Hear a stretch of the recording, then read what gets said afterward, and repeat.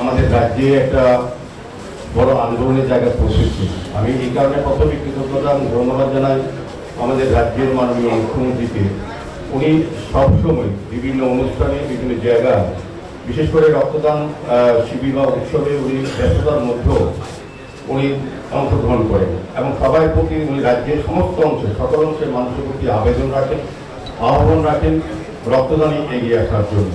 কারণ আমরা বিশ্বাস করি আমাদের রাজ্যে যে সরকার অনুমতি 12টি ব্লাড ব্যাংক আছে এবং বেসরকারি মোট 2টি ব্লাড ব্যাংকে রক্তের চাহিদা এবং যোগানের মধ্যে ভারসাম্য রক্ষা করে এই ধরনের রক্তদান শিবির উৎসব বা যারা স্বেচ্ছায় রক্তদান করে। কাজে মাননীয় মুখ্যমন্ত্রীর আবেদনে সারা রাজ্যে ব্যাপক ভারে উৎসব জীবনের সঙ্গে মানুষ কিন্তু তার সামাজিক কর্তব্য, সামাজিক দায়িত্বকে সামনে রেখে এ ধরনের রক্তদান অনুষ্ঠানে তারা অংশগ্রহণ করেন এবং রক্তদান সহযোগিতা করেন। আমি অলকবাবুকে ধন্যবাদ জানাই। সারা বছর ব্যাপী আমাদের যে আগরতলা পৌর নিগমের পৌর নাগরিক পরিষেবা প্রদানের ক্ষেত্রে এবং তার পাশাপাশি এই কাজগুলি করার পরও সমাজের প্রতি কিছু কর্তব্য, সামাজিক দায়িত্ব এবং মানুষের জন্য কিছু করাকে সামনে রেখে তিনি প্রতি বছর এই নিয়ে 5 বছর রক্তদান শিবির করেছেন উপহারের পক্ষ থেকে। বিভিন্ন সময় ছাত্র শিবির আমরা অনেক সময় আসার সুযোগ পাই, তা উৎসাহিত করি। আমরাও চাই বিভিন্ন জায়গায় যাতে এইভাবে রক্তদান শিবির বা এই ধরনের জনকল্যাণমূলক কাজগুলি যাতে মানুষকে নিয়ে করা যায়, মানুষের জন্য করা হয়।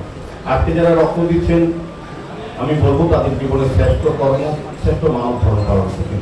রক্তের কোনো বিকল্প নেই। রক্তের বিকল্প হচ্ছে যারা রক্ত দিচ্ছেন, যেমন মনুষ্য পরিবারকে যারা রক্ষা করছেন, একটা প্রাণ দিচ্ছেন। পরিবার রক্ষা করছেন না, প্রাণ দিচ্ছেন। প্রাণ আমরা কেউ দিতে পারি না, একমাত্র ভগবান প্রদত্ত যে আমাদের শক্তি, ভগবান প্রদত্ত যে জিনিস, তা দিয়ে কিন্তু অন্য পরিবারকে অন্যকে রক্ষা করতে পারি। তার পাশাপাশি উপাদান থেকে আরো 4টা রোগীকেও আমরা পরিবারকে সহযোগিতা করতে পারি। কাজে রক্তের বিকল্প হচ্ছে আজকে যারা রক্ত দিচ্ছেন তাদের মানবতা, তাদের মানসিকতা এবং তাদের যে মানুষের জন্য কাজ করা যে চিন্তা ভাবনার ফল কিন্তু রক্তদান শিবির। আমাদের রাজ্যে মাননীয় মুখ্যমন্ত্রী আছেন, আমাদের সৌভাগ্য আমাদের এই এলাকার, আমিও বিধানসভার একজন ভোটার, একজন নাগরিক। আমার সৌভাগ্য যে একজন সজ্জন চিকিৎসক আর বলবো প্রফেসর, যিনি শিক্ষক।